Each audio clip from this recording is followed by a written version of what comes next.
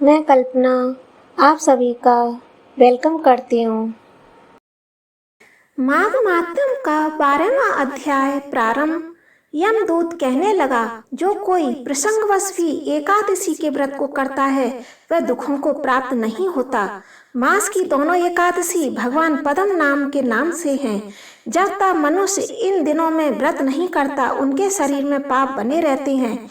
हजारों अश्वमेध, सैकड़ों वाजपेयी यज्ञ एकादशी व्रत की 16वीं कला के बराबर भी नहीं है। एकादशी के दिन व्रत करने से 11 इंद्रियों से किए गए सब पाप नष्ट हो जाते हैं।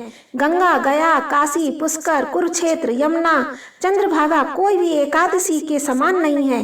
इस दिन व्रत करके मनुष्य अनायास ही वैकुंठ लोक को प्राप्त करता है।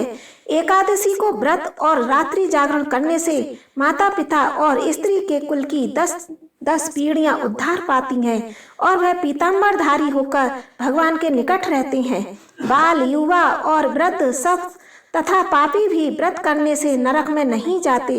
यमदूत कहता है कि हे वैश्य, मैं सूक्ष्म में तुमसे नरक से बचने का धर्म कहता हूँ। मन, कर्म और वचन से प्राणी मात्र का द्रोह न करना, इंद्रियों को वश में रखना, दान देना, भगवान की सेवा करना, नियम पूर्वक वर्णाश्रम धर्म का पालन करना, इन कर्मों के करने से मनुष्य नरक से बचा रहता है। स्वर्ग प्राप्त करने की इच्छा से मनुष्य गरीब भी हो तो भी जूता, छतरी, अन्न, धन, जल कुछ न कुछ दान देता रहे।